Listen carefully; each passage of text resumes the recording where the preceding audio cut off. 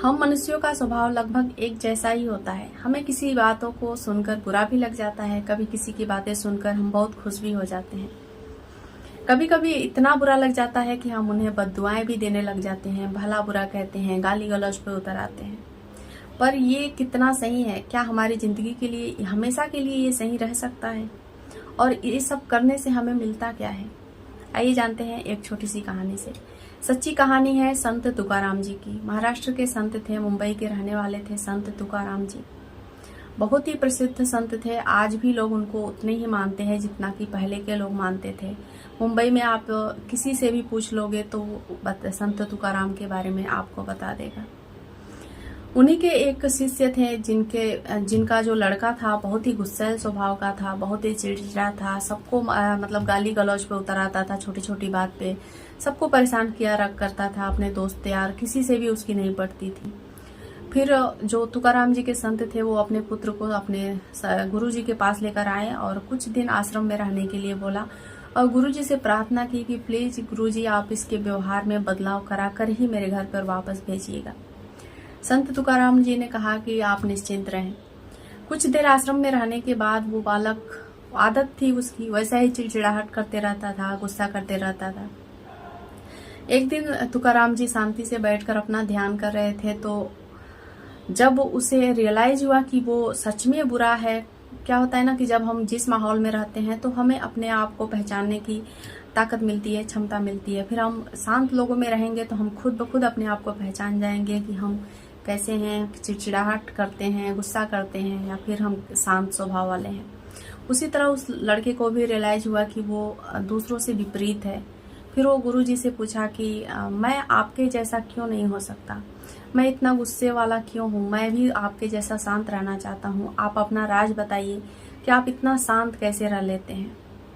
फिर गुरुजी मुस्कुराते हुए कहे कि मुझे नहीं पता कि मैं इतना शांत कैसे रह लेता हूँ, पर मैं तुम्हारा भविष्य देख सकता हूँ, तुम अगले 7 दिनों में मरने वाले हो। उस बात को सुनकर लड़के को मतलब जो रोम रोम थे सिहर उठे। उसको एक अंदर से डर खाए जा रहा था। दिन ब दिन वो एकदम परेशान रहने लगा, शांत रहने लगा, किसी को कुछ नहीं बोलता, अपना पूजा पाठ में ध्यान लगाने लगा। जिसको भी बुरा भला कहा था उनको जाकर क्षमा प्रार्थना करने लगा कि मुझे माफ कर देना, मैंने ऐसा आपको बोल दिया, आप शब्द बोल दिए।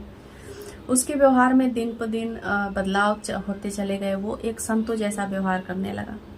संत जैसा कि शांत स्वभाव वाले होते हैं, सिर्फ वैसा ही वो लड़का भी होता चला गया।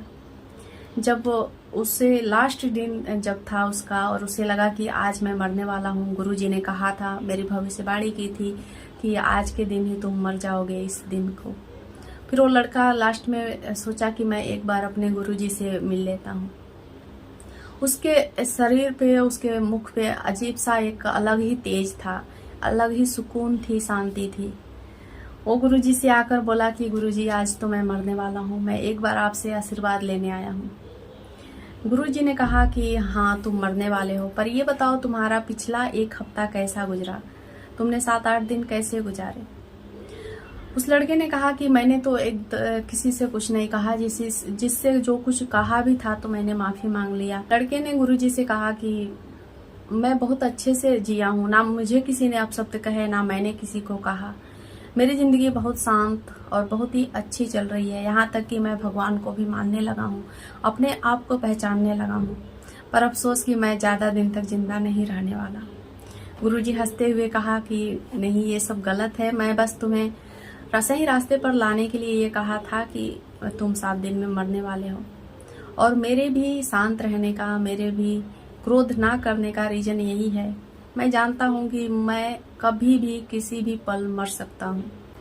फिर दुनिया भर की झंझट में पड़कर, दुनिया भर से लड़ाई करके, गाली गलौज करके, किसी को बद्दुआएं देकर, किसी का बद्दुआ लेकर हम जिंदगी जीकर क्या करेंगे?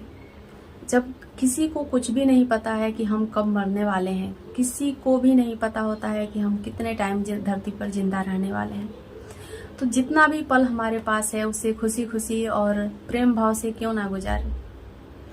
बस इस कहानी का यही सार है कि हमें भी अपनी जिंदगी में शांत रहना चाहिए। 4 दिन के तो मेहमान हैं, कब क्या हो जाए किसी को नहीं पता।